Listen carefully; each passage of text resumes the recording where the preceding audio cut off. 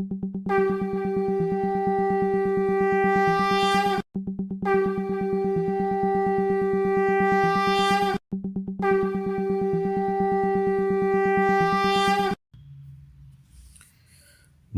पुरुषोत्तमम। श्री ठाकुर जी के एक भक्त हुए श्री अवध कुमार सिन्हा। वो लिखते हैं कि दयाल ठाकुर की असीम कृपा उनके जीवन में कैसे हुई।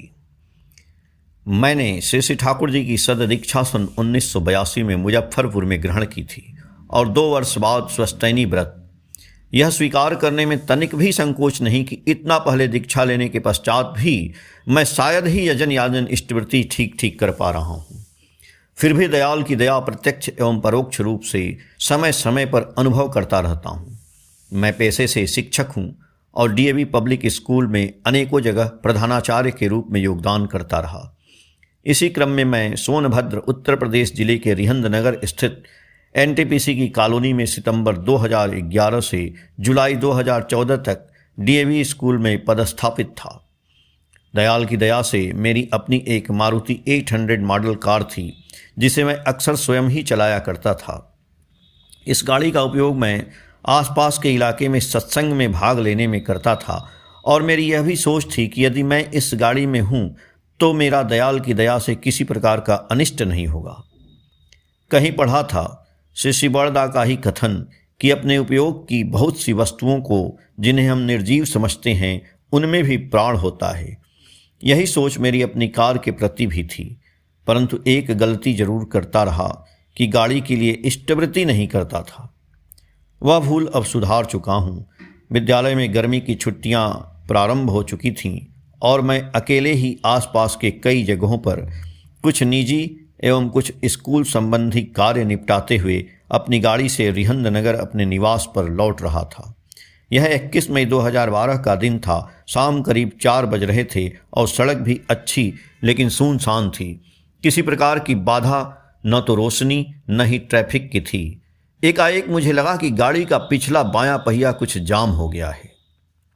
इतना ही याद है कि मैंने गाड़ी थोड़ा बाईं तरफ धीमी करके खड़ी करने की कोशिश की थी।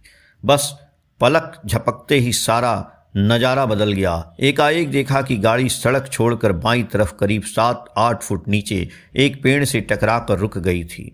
सामने का शीशा मोटे पेड़ के तने से सामने की टक्कर से चूर चूर हो गया था और गाड़ी एक तरफ झुककर पेड़ से लग कर खड़ी थी। यह स्थान मेरी कॉलोनी से लगभग 30 किलोमीटर दूर था, जहां कभी भी किसी मोबाइल का नेटवर्क काम नहीं करता था। एक्सीडेंट के बाद किसी तरह अपना मोबाइल फ़ोन निकाल कर कोशिश की कि शायद फ़ोन लग जाए ताकि इस घटना की सूचना अपने कुछ सहकर्मियों को दे दूं। आश्चर्य हुआ जब एक ही बार में फ़ोन लग गया और विद्यालय के एक शिक्षक महोदय को सारी जानकारी देते हुए कहा कि जल्द ही कोई गाड़ी लेकर आएं और मुझे अपनी कॉलोनी के अस्पताल एवं निवास स्थान तक ले चलें। बता दिया था कि किसी प्रकार का गहरा घाव या फ्रैक्चर इत्यादि नहीं हुआ है, सिर्फ दाहिनी पसली की तरफ मांसपेशियों में चोट एवं पीड़ा है। इसी बीच देखा कि मेरी गाड़ी की ड्राइविंग सीट के बगल का दरवाज़ा कोई छोटी लेकिन मजबूत झाड़ियों के कारण खुल नहीं पा रहा था ताकि बाहर निकल सकूं। उस समय गाड़ी में मैं अकेला अपने दयाल ठाकुर को स्मरण कर रहा था। गाड़ी सड़क के काफ़ी नीचे होने के कारण रोड पर आने जाने वाली गाड़ियों के लोग मेरी गाड़ी नहीं देख पा रहे थे।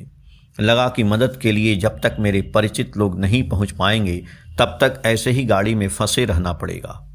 अचानक नज़दीक 3-4 बच्चे जो पास के गांव के ही लग रहे थे उनकी आवाज़ सुनाई पड़ी।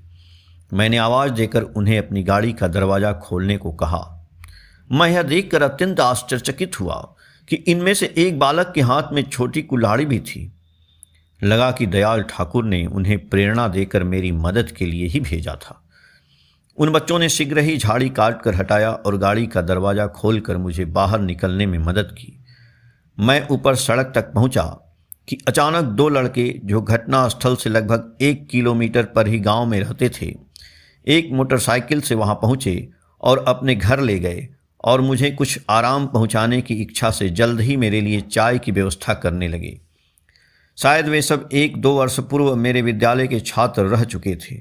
मेरा वहाँ सेवा प्रारंभ करने के पूर्व मैं जब तक चाय पी रहा था उसी बीच हमारे सहकर्मी शिक्षकगण एक बोलेरो गाड़ी लेकर वहां पहुंच गए। पीड़ा तो हो ही रही थी, परंतु किसी तरह हम लोग अपने कॉलोनी के अस्पताल में पहुंचे। सभी लोग वहां परिचित ही थे। तत्काल मेरा 3-4 एक्सरे करके डॉक्टर साहब ने आश्वस्त किया कि किसी अंग में फ्रैक्चर नहीं है, केवल दाएं कंधे में चोट है, जिसे उन्होंने खींचकर सेट किया और आराम करने की सलाह दी। आवश्यक दवाएं वगैरह अस्पताल से ही मिल गईं। अस्पताल से आवश्यक उपचार करवाकर जब मैं अपने निवास पर पहुंचा तो काफ़ी संख्या में परिचित लोग मुझे देखने आने लगे। उस वर्ष मेरे क्वार्टर में लगे आम के पेड़ में अप्रत्याशित रूप से फल लगे थे। मिलने आने वालों को मेरी पत्नी ने अपने पेड़ से प्राप्त पके आमों में से मैंगो शेक द्वारा यथासंभव आवभगत की।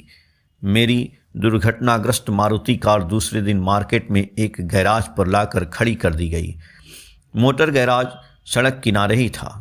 गाड़ी की हालत देखकर लोग गैराज मालिक से यह जरूर कहते कि गाड़ी जब इतनी बुरी तरह क्षतिग्रस्त है तो इसको चलाने वाला इस दुर्घटना में जीवित नहीं बचा होगा।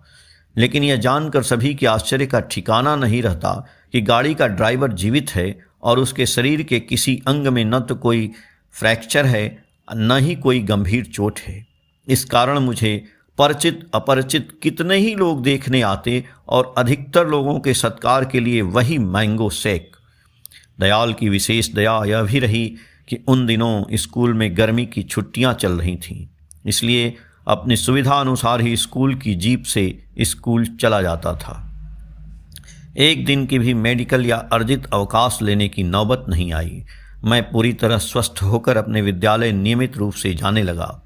कार तो पूरी तरह क्षतिग्रस्त थी और दोबारा ठीक होने की स्थिति में नहीं थी, इसलिए बीमा कंपनी से फुल डैमेज क्लेम मिल गया। करीब 5-6 महीने मैं बेकार बिना कार के रहा। दयाल की दया से जल्द ही उसी वर्ष नवंबर माह में मारुति आल्टो 800 ले लिया और बेकार नहीं रहा। दुर्घटना से मेरी और छोटे भाई की पत्नी को कुछ चिंता तो हो ही गई थी। लखनऊ, जहां मेरा वर्तमान निवास है, जाकर एक जानकार पंडित जी से मिली। दुर्घटना की तारीख, समय इत्यादि पूछकर पंडित जी ने कुछ ज्योतिषीय गणना करके उस दुर्घटना को अत्यंत अनिष्टकारी बताते हुए यह सलाह दी कि घर में महामृत्युंजय जप का अनुष्ठान करवाएं।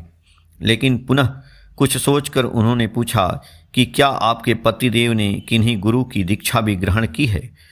मेरी पत्नी ने उन्हें बताया कि मेरे पति और हम लोगों का पूरा परिवार श्री ठाकुर अनुकूल चंद्र जी की दीक्षा ग्रहण किए हुए हैं और उन्हीं को पर ब्रह्म परमेश्वर के रूप में मानते हैं।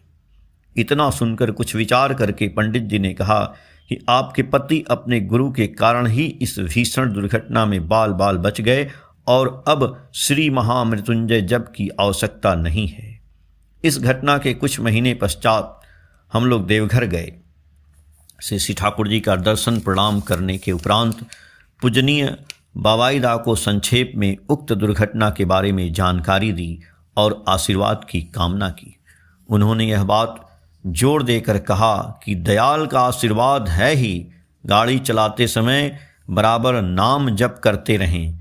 यह सुनते ही मुझे पूर्व की घटित दुर्घटना के बारे में स्मरण हुआ कि लंबी यात्रा व कई जगह रुककर काम निपटाने के क्रम में वास्तव में ड्राइविंग के समय उस दिन नाम नहीं चल रहा था। भविष्य के लिए बाबाईदा द्वारा दी गई हिदायत साथ ही आशीर्वाद गाड़ी चलाते समय हमेशा याद रखता हूँ। धन्य हैं मेरे ठाकुर एवं उनकी असीम दया। सातवती, नवंबर 2019, पेज संख्या 28, 29, 30 से। जय गुरु।